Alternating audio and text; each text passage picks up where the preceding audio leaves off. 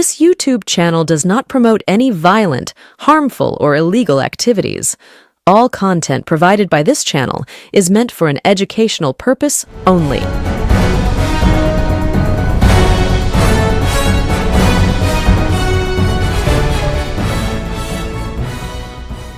নমস্কার, আমি প্রতিবেদক সায়ন্তন চক্রবর্তী। আপনারা দেখছেন বঙ্গচক্র ইউটিউব চ্যানেল।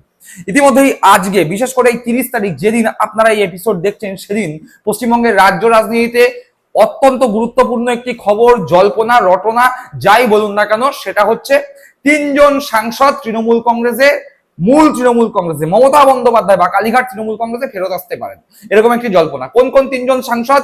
ইউসুফ পাঠান, খলিলুর রহমান, আবু তাহের খান। কেন বলা হচ্ছে একথা? তার কারণ গত মঙ্গলবার এই বিদ্রোহী সাংসদ 20 জন বিদ্রোহী সাংসদদের যে দল, সেই দলের মধ্যে একাধিক সাংসদ নরেন্দ্র মোদী সহ এনডিএর যে শরিক দলগুলো তার যে বৈঠক, সেখানে উপস্থিত হলেও তিনজন সাংসদ খলিলুর রহমান, ইউসুফ পাঠান এবং আবু তাহের খান সেই বৈঠকে যাননি, যদিও তারা দিল্লিতেই ছিলেন। তারপর থেকেই জল্পনা, এবং সেই জল্পনা আরো বেশি করে যে তারা হয়তো তৃণমূলে ফিরতে পারে, ঘর বাপসি ঘটতে পারে। আর এরকম যখন ঘটনা ঘটছে, তখন শুধু সাংসদ কেন, বিধায়কদের নিয়েও জল্পনা। ইতিমধ্যেই শোনা যাচ্ছে 20 থেকে 25 জন বিধায়ক নাখুশ, অখুশি ঋতব্রত শিবিরে। তারা মেনে নিতে পারছে না ঋতব্রত বন্দ্যোপাধ্যায়কে নেতা হিসাবে, একই সাথে নিজেদের এলাকায় মুখ দেখাতে পারছে না সেই সমস্ত বিধায়করা। স্বাভাবিকভাবেই নিজেদের এলাকায় যে সমস্ত বিধায়করা নির্বাচিত হয়েছেন, তারা যদি নিজেদের এলাকায় যেতে না পারেন, তাদের রাজনৈতিক ক্যারিয়ারই প্রশ্নচিহ্নের মুখে পড়ে যাবে। আগামী দিনে তারা করবেনটা কি? রাজনীতি করে এসছেন দীর্ঘদিন ধরে, 1 নয়, 2 বার নয়, 3 বার নয়, বারবার বিধায়ক নির্বাচিত হয়েছেন, অতীতে মন্ত্রী হয়েছেন, নিজের এলাকায় দক্ষ সংগঠক। তারা যদি রাজনীতি না করতে পারেন, নিজের এলাকায় যেতে না পারেন, রাস্তায় দাঁড়িয়ে রাজনীতি না করতে পারেন, মানুষের সঙ্গে মিশতে না পারেন, তাহলে করবেনটা কি? রাজনৈতিক জীবন তো আর জলাঞ্জলি দিতে পারবেন না। আজকে নয় দল ক্ষমতায় নেই, ভবিষ্যতে যদি কখনো বিজেপি চলে যায়, কংগ্রেস বা তৃণমূল কংগ্রেস বা ইন্ডিয়া জোট যদি কখনো ক্ষমতায় আসে, তখন তাদের গ্রহণযোগ্যতা তো তলানিতে গিয়ে ঠেকবে। এরকম পরিস্থিতিতে 20 থেকে 25 জন নাখুশ বিধায়ক কালীঘাটের দরবারে কড়া নাড়ছেন, ফেরার চেষ্টা করছেন বা সরু লাইন করে রাখার চেষ্টা করছেন। তার কারণ মমতা বন্দ্যোপাধ্যায় ইতিমধ্যেই হুঙ্কার দিয়ে রেখেছেন, কোনো গদ্দারকে ফেরত নেওয়া হবে না। আর এই হুঙ্কারের পরেই হয়তো ওই 20-25 জন নাখুশ বিধায়ক যোগাযোগ করা শুরু করেছে কালীঘাটের সঙ্গে। কল্যাণ বন্দ্যোপাধ্যায়ের কথা তো সেরকম ইঙ্গিত পাওয়া গেছে, দেখুন না, 2 সপ্তাহ অপেক্ষা করুন না, 15টা দিন অপেক্ষা করুন না। যাকে এরকম পরিস্থিতি যখন বাংলার রাজনৈতিক মহলে, তখন যারা মমতা বন্দ্যোপাধ্যায়ের বিরুদ্ধে মুখ খুলেছিলেন, যারা অভিষেক বন্দ্যোপাধ্যায়ের বিরুদ্ধে মুখ খুলেছিলেন, যারা বিজেপি ঘনিষ্ঠ হওয়ার কথা ভাবছেন, যারা ঋতব্রত বন্দ্যোপাধ্যায়কে নিজেদের নেতা মনে করছেন, তারা কতটা নিশ্চিন্তে আছে? তারা কি নিজের এলাকায় ফিরতে পারছেন, কাজ করতে পারছেন, রাজনীতি করতে পারছেন? ইতিমধ্যে কল্যাণ বন্দ্যোপাধ্যায় থেকে শুরু করে, কুণাল ঘোষ থেকে শুরু করে, এমনকি বিজেপির বিভিন্ন বিধায়করা এই 65 জন যে বিদ্রোহী বিধায়ক, তাদের উদ্দেশ্যে কটাক্ষ ছুড়ে দিয়ে বলছেন যে আপনারা নিজেদের এলাকায় কেন যাচ্ছেন না, যান নিজেদের এলাকায়। ঋতব্রত বন্দ্যোপাধ্যায় লুকিয়ে চুরিয়ে একদিন উলুবেড়িয়ায় গিয়ে লোক দেখানো চা খেয়ে চলে এসছেন এবং বলছেন যে আমি তো যাচ্ছি। মানলাম ঋতব্রত বন্দ্যোপাধ্যায় বিরাট বড় মাপের নেতা, তার মতো জননেতা এই বাংলার বুকে জন্মায়নি, মেনে নিলাম, ধরে নিলাম। কিন্তু বাকিরা যারা ঋতব্রত বন্দ্যোপাধ্যায়ের সঙ্গে আছেন, তাদের খবর কি? তারা কতটা যাচ্ছেন নিজের বিধানসভা এলাকায়, কতটা জনসংযোগ করছেন? প্রশ্ন উঠছে। নিজ নিজ বিধানসভা এলাকার তৃণমূল কংগ্রেস কর্মীরাই প্রশ্ন তুলে দিচ্ছে। বলাই বাহুল্য, বেশ কিছু জায়গায় শুধুমাত্র বিজেপি সমর্থকরা ডিম মারার জন্য অপেক্ষা করছিলেন, এখন তাদের সঙ্গে যুক্ত হয়েছে নিচুতলা তৃণমূল কংগ্রেস কর্মীরা। এইরকমই ডিমাতঙ্কে ভুগছেন কে? ডিমাতঙ্কে ভুগছেন মমতা বন্দ্যোপাধ্যায়, তৃণমূল কংগ্রেস তথা অভিষেক বন্দ্যোপাধ্যায় এবং কালীঘাট তৃণমূল কংগ্রেসকে সমালোচনায় বিদ্ধ করা শিউলি সাহা। কেশপুর বিধানসভা, যেই কেশপুর সিপিএম এর শেষপুর হয়েছিল, সেই কেশপুর বিধানসভার বিধায়িকা শিউলি সাহা, তিনি নিজের এলাকায় ফিরতে পারছেন না। তিনি বলছেন যে আমি তো এলাকায় ফিরতে পারছি না, কিভাবে ফিরবো? প্রতিদিন হুমকি আসছে, ডিম ছুঁড়ে মারবার হুমকি আসছে, এমনকি আমাকে তো কেউ ঘর ভাড়ায় দিতে চাইছে না। ভেবে দেখুন গ্রহণযোগ্যতা কোন জায়গায় গিয়ে পৌঁছেছে, যে নিজের বিধানসভা এলাকায় ফিরতে পারছেন না, মেনে নিলাম, আতঙ্কে ভুগছেন, মেনে নিলাম, কিন্তু ঘর ভাড়া দিতে চাইছে না। মানে কোন জায়গায় নিজেদেরকে নামিয়ে নিয়ে গেছেন যে এলাকার, নিজের বিধানসভা এলাকার, যেখান থেকে এবার প্রথম বিধায়ক নির্বাচিত হয়েছেন তা তো নয়, এর আগে থেকে বিধায়ক, সেখানে ঘর ভাড়া পর্যন্ত দিতে চাইছে না এলাকাবাসীরা। মানে ভেবে দেখুন কতটা গ্রহণযোগ্যতা তলানিতে নেমে গেছে। মমতা বন্দ্যোপাধ্যায়ের মুখ, মমতা বন্দ্যোপাধ্যায়ের দল, মমতা বন্দ্যোপাধ্যায়ের দলের প্রতীককে সামনে রেখে জিতে মমতা বন্দ্যোপাধ্যায়ের পিছনে ছুরি মারার যে কাজ আপনারা করেছেন, তাতে করে গ্রহণযোগ্যতা তো রাজনৈতিকভাবে নষ্ট হয়ে গিয়েছেই, নিজের এলাকার মানুষদের কাছেও আপনাদের গ্রহণযোগ্যতা একেবারে শূন্য। আর তাই এখন সেই দুঃখ, সেই ভয় ঝরে পড়ছে নিজেদের গলা থেকে। এরা বলছে সরকারের কাছে, সরকারের মন্ত্রীদের কাছে, যে আমাদের হাতে ফুলের স্তবক দিয়ে মঞ্চে দাঁড় করিয়ে সম্বর্ধনা দিয়েই দায়িত্ব সারবেন না, আমাদের এলাকায় ফিরে যাওয়ার ব্যবস্থা করে দিন। কেন? এর আগে 2021 পরবর্তী সময় তো বিজেপিরও বিধায়করা ছিল, তারা তো নিজেদের এলাকায় গিয়ে কাজ করেছে, তাদের তো তৃণমূল কংগ্রেসের সরকারের কাছে বলতে হয়নি যে আমাদের এলাকায় ফিরে যাওয়ার ব্যবস্থা করে দিন। তার কারণ কি জানেন? তার কারণ তারা যেই দলের প্রতীকটা, যেই নেতার মুখটা সামনে রেখে জয়লাভ করে এসেছিল, তারা সেই দলটার সঙ্গে ছিল। ক্ষমতায় আসেনি, কিন্তু সেই দলটার সঙ্গে ছিল, সেই দলের নেতাদের সঙ্গে ছিল। আপনাদের মতো মমতা বন্দ্যোপাধ্যায়ের পিঠে ছুরি মারার মতো কাজ তারা করেনি, তাই তারা হেরে গিয়েছিল, ক্ষমতায় ছিল না, নিজেদের এলাকায় যেতে পেরেছিল, নিজেদের এলাকায় দাঁড়িয়ে সংগঠনের কাজটা করতে পেরেছিল। আর আপনারা ক্ষমতার লোভে এতটাই ললায়িত হয়ে গিয়েছেন, ক্ষমতায় থাকতে থাকতে এতটাই পা ভারী হয়ে গিয়েছে যে এখন নিজের এলাকায় ফেরার পথ খুঁজে পাচ্ছেন না। একবার দেখুন প্রায় কান্নাকাটি করতে করতে কি বলল শিউলি সাহা। আমিও এই দপ্তরে একটা সময় কাজ করেছি, যে আমাদের কাজ করার সুযোগ দাও, শুধু মুখে বললে হবে না, অ্যাডমিনিস্ট্রেটিভ মিটিং এ ডাকলে হবে না, আমাদের মঞ্চে ডেকে পুষ্প দিয়ে অভ্যর্থনা সম্মান জানালে হবে না। কোথায় বাধা? ভুল ত্রুটি যদি কেউ করে থাকে আইনানুগ ব্যবস্থাও হচ্ছে, কিন্তু কিছু উৎসাহী মানুষ রাতারাতি যারা একদম ঝান্ডা ধরে নিয়েছে, আমি আগেও বলেছি এখনো বলছি, তারা গেলেই ডিম ছুড়বো, তারা ফোনে হুমকি দিচ্ছে, আসবেন না, কেউ কেউ চাইছে, সুযোগ সন্ধানীরা রাস্তায় নেমে গেছে। এটাকে তো পুলিশ প্রশাসন কন্ট্রোল করুক। আজকে আমার এলাকায় বিদ্যাসাগর ব্যাংক শাখা উদ্বোধন হচ্ছে, আমি সেখানে আমন্ত্রণ পাইনি। ডিএম যাচ্ছেন, মিনিস্টার, আমি বললাম মঞ্চে, মিনিস্টার যাচ্ছেন, যদিও এটা ব্যাংকের ম্যাটার, তবুও কিভাবে জনপ্রতিনিধিকে অ্যাভয়েড করার টেন্ডেন্সি, সেটা আমি দেখালে আপনারা পাবেন। আমি নির্দিষ্ট জায়গায় জানিয়েছি, আমরা মুখে বলবো আর কাজে করব না, সেটা হতে পারে না। কেশপুরে কাজ করতে হবে, আমি 50,000 ভোটে জিতেছি, মানুষ জিতিয়েছে। আমার কাজ মানুষের সেবা করা, মানুষের পাশে দাঁড়ানো। বৃষ্টি বাদলের দিনে মানুষ ত্রিপল খুঁজছে, দিতে পারছি না, ভিডিওর কাছে পৌঁছে দিয়েছি। ভিডিওকে বলবো আপনি ডিস্ট্রিবিউট করুন। গাছ পেয়েছি, নিজে ডিস্ট্রিবিউট করতে পারিনি, ভিডিওকে বলেছি স্কুলগুলোকে ডিস্ট্রিবিউট করে দিন। এই জিনিস তো চলতে পারে না।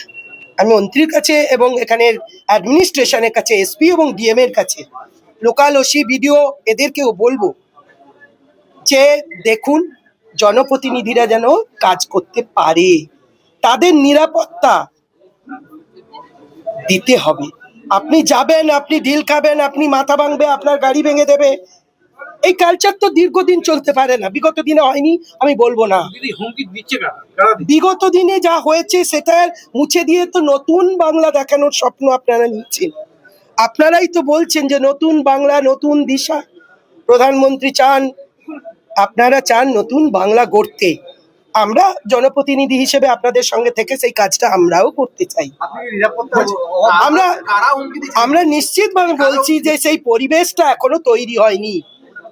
তৈরি হলে কি এত প্রধানের অনুপস্থিতি হয়?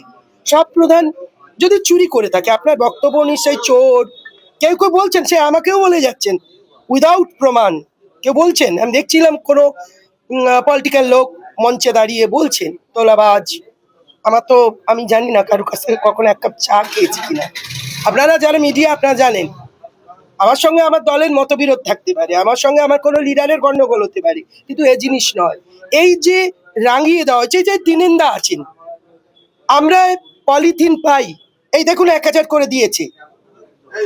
এই পলিথিন যখন দেওয়া হয়েছিল বিগত দিনে, সেটা গরমকাল, আমরা জিতলে, হেরে গেলে আমরা বিডিও ডিএম কে হ্যান্ড ওভার করে দেবো যদি আমার কাছে থাকে, নির্দিষ্ট তারিখ থাকে না, দিনের মধ্যে আপনি ডিস্ট্রিবিউট করেছে, আপনি সেই অর্ডারের কপিটা আমরা দেখাতে পারি।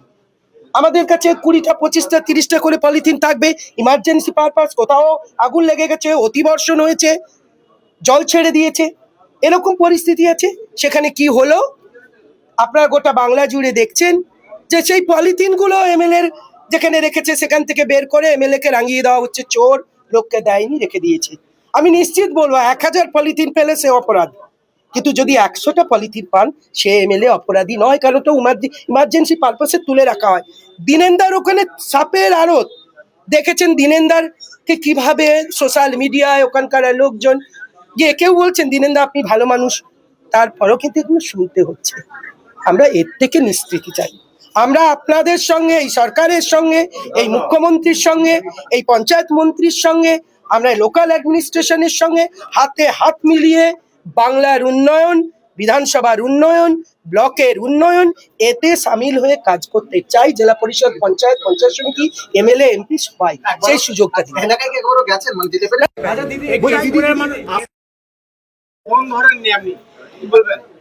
আপনি যদি কাউকে বলেন যে, এতে তো বললাম না, কেউ বলছে তোলা তোলে, প্রমাণ নেই, আপনি বললেন যে ফোন ধরে না, দেখতে পাবেন কাল রাতেই আমি কত ফোন ধরেছি, কতজনকে আসতে পারছে না, দেখা করতে পারছে না। আপনারা শুনবেন, আমি যে বাড়িতে ছিলাম বলেছিলাম আগের দিন, আমার বাড়িগুলি আমাকে সরিয়ে দিয়েছে, না এখানে থাকতে দেবে না, কেউ কেউ বাধা দিয়েছে, আমি কলকাতা নিয়ে চলে গেছি জিনিসপত্র, আমি হন্যে হয়ে ঘর খুঁজছি। কেশপুরের এটাই রীতি, বিগত দিনেও হয়েছে, ঘর দিচ্ছে না, শুনে রাখুন, এটা তো আপনাদের অন মিডিয়া বলছি। আমি কি করা হচ্ছে তোমরাই বোঝো, আমি বলবো যে সেই সুযোগ আমাদের সবাইকে দিন, উন্নয়নে সামিল হতে চাই, কাজ করতে চাই, এখানে আমি রাজনীতি করতে আসি। শুনলেন, অর্থাৎ কাতর আবেদন সরকারের কাছে ঋতব্রতপন্থী তৃণমূল কংগ্রেসের বিধায়ক। একটা বিধায়কের এই কাতর আবেদন শুনলেন, কিন্তু এই কথা মোটামুটি ভাবে ঋতব্রতপন্থী তৃণমূল কংগ্রেসের অধিকাংশ বিধায়কের মনের কথা। কেন এই কথা হচ্ছে, কেন এই কথা তারা বলছেন, তার কারণ তো এই শিউলি সাহার মুখ থেকে শুনলেন। কিন্তু যে সমস্ত এলাকার বিধায়করা মমতা বন্দ্যোপাধ্যায়ের সঙ্গে গদ্দারিটা করেছেন, মমতা বন্দ্যোপাধ্যায়ের সঙ্গে বেইমানিটা করেছেন, মমতা বন্দ্যোপাধ্যায়ের রাজনৈতিক ক্যারিয়ার ভাঙিয়ে নিজেদের রাজনৈতিক ক্যারিয়ার গঠন করে মমতা বন্দ্যোপাধ্যায়ের হাত ছেড়ে ঋতব্রত বন্দ্যোপাধ্যায়ের হাত ছেড়ে ধরেছেন, তাদের বিরুদ্ধে এলাকার সাধারণ মানুষরা, তৃণমূল কংগ্রেস করতেই হবে তা দরকার নেই, এলাকার সাধারণ মানুষরা প্রশ্ন তুলে দিয়েছেন, বলছেন যে আমরা মমতা বন্দ্যোপাধ্যায়কে দেখে আপনাদের ভোট দিয়েছিলাম, আপনাদের জন্য আপনাদের ভোট দিইনি, মমতা বন্দ্যোপাধ্যায় নামক জননেত্রী, তৃণমূল কংগ্রেস দল, এই দুটো দেখে আপনাদের ভোট দিয়েছিলাম। সেই ভোট নিয়ে এখন আপনারা, আপনাদের দল মমতা বন্দ্যোপাধ্যায়ের সঙ্গে তো গদ্দারি করেছেন, আমাদের সঙ্গেও গদ্দারি করেছেন, আমাদের ভোট ফেরত দিন। এই চিঠি সরাসরি গেছে ঋতব্রতপন্থী তৃণমূল কংগ্রেসের বিধায়কের কাছে, এবং এই চিঠির কপি গেছে মমতা বন্দ্যোপাধ্যায়ের কাছে। কি বলা হচ্ছে সেই চিঠিতে, কারা পাঠালেন দেখুন। বর্ধমানের বাসিন্দা সন্দীপ ভট্টাচার্য এবং তার স্ত্রী সরাসরি বর্ধমান উত্তরের বিধায়ক, তৃণমূল কংগ্রেসের প্রতীকে জয়লাভ করে আসা বিধায়ক, যিনি বর্তমানে মমতা বন্দ্যোপাধ্যায়ের হাত ছেড়ে ঋতব্রত বন্দ্যোপাধ্যায়ের হাত ধরেছেন, তার উদ্দেশ্যে চিঠি পাঠিয়েছেন এবং সেই চিঠির কপি মমতা বন্দ্যোপাধ্যায়ের কাছে পাঠিয়েছেন এবং সেই চিঠি পাঠিয়ে নিজেদের ভোট ফেরত চেয়েছেন। কি বলা হচ্ছে সেই চিঠিতে, পড়ে শোনাচ্ছি, শুনুন। চিঠির বিষয় 2026 বিধানসভা ভোটে প্রদেয় ভোট ফেরতের আবেদন। মাননীয়া মহাশয়া, আপনার কাছে বিনীত নিবেদন এই যে আমি সন্দীপ ভট্টাচার্য, পিতা দিলীপ ভট্টাচার্য, আমার স্ত্রী রূপালী ঘরুই ভট্টাচার্য, স্বামী সন্দীপ ভট্টাচার্য, 266 বর্ধমান উত্তর বিধানসভার অন্তর্গত 16 নম্বর পার্টের ক্রমিক নাম্বার 270 এবং 269 ভোটার হইতেছি। বিগত 29/4/2026 তারিখে পশ্চিমবঙ্গ বিধানসভার নির্বাচন উপলক্ষে আমাদের মহামূল্যবান ভোট দুটি মাননীয় প্রাক্তন মুখ্যমন্ত্রী মমতা ব্যানার্জি মহাশয়াকে দেখে প্রদান করেছিলাম। সেই ভোটদানের পরিপ্রেক্ষিতে 266 বর্ধমান উত্তর বিধানসভা কেন্দ্রের প্রার্থী নীতিশ কুমার মালিক মহাশয় জয়ী হন। বিগত 23/4/2026 তারিখে মিডিয়া মারফত জানতে পারি এই 266 বর্ধমান উত্তর বিধানসভার পুনর্গণনা করা হইবে। এই 266 বর্ধমান উত্তর বিধানসভার নীতিশ কুমার মালিক যেহেতু মাননীয়া মমতা ব্যানার্জি মহাশয়ের নেতৃত্বে চলা দলে নেই, তাই আমাদের প্রদেয় মূল্যবান ভোট দুটি বাদ দিয়ে নিশীথ কুমার মালিকের প্রদেয় ভোট গণনা করা হোক। বিনীত সন্দীপ ভট্টাচার্য, রূপালী ঘরুই ভট্টাচার্য। কপি টু নীতিশ কুমার মালিক, বর্তমান বিধায়ক 266 বর্ধমান উত্তর বিধানসভা মাননীয় মমতা ব্যানার্জি চেয়ারপারসন সর্বভারতীয় তৃণমূল কংগ্রেস। অর্থাৎ নীতিশ কুমার মালিক, যিনি মমতা বন্দ্যোপাধ্যায়ের দল তৃণমূল কংগ্রেসের জোড়াফুল প্রতীকে জয়লাভ করেছিলেন, তার যে বিধানসভা, সেই বিধানসভায় যে ভোট, সেই ভোট নাকি পুনর্গণনা করা হবে, এরকম একটি খবর এই দম্পতি মিডিয়া মারফত পেয়েছেন। এবং পুনর্গণনা হওয়ার আগে সেই চিঠি তিনি এই বিধায়ককে এবং মমতা বন্দ্যোপাধ্যায়ের কাছে পাঠাচ্ছেন, পাঠিয়ে বলছেন আমরা মমতা বন্দ্যোপাধ্যায়কে দেখে ভোট দিয়েছিলাম, কিন্তু যেহেতু তিনি মমতা বন্দ্যোপাধ্যায়ের হাত ছেড়েছেন, তাই আমাদের দুজনের ভোট দুটো বাদ দিয়ে যেন পুনর্গণনা করা হয়। অর্থাৎ কতটা অবিশ্বাস, ঘৃণা জন্মেছে মমতা বন্দ্যোপাধ্যায়ের হাত যারা ছেড়েছে সেই বিধায়কদের প্রতি, এই চিঠি তার প্রমাণ। আর এরকম চিঠি হয়তো সবাই লিখছেন না, কিন্তু যারা তৃণমূল কংগ্রেসে ভোট দিয়েছিল, মমতা ব্যানার্জিকে দেখে ভোট দিয়েছিল, তাদের সবার মনে এই দুঃখ, ক্ষোভ, রাগ, হতাশা আছে, যারা মমতা বন্দ্যোপাধ্যায়ের হাতটা ছাড়লেন। দর্শক বন্ধুরা, কি মনে করছেন আপনারা? আপনাদের এলাকাতেও কি এই ধরনের পরিস্থিতি তৈরি হচ্ছে? আপনাদের এলাকাতেও কি আপনাদের সঙ্গে এরকম কোনো মানুষের দেখা হচ্ছে যারা প্রতিনিয়ত মমতা বন্দ্যোপাধ্যায়ের হাত যারা ছাড়ছে তাদের বিরুদ্ধে কথা বলবার জন্য মুখিয়ে আছে? আপনাদের মতামত কমেন্ট বক্সে কমেন্ট করে জানাবেন। সকলে ভালো থাকবেন, সুস্থ থাকবেন। জয় হিন্দ, বন্দে মাতরম।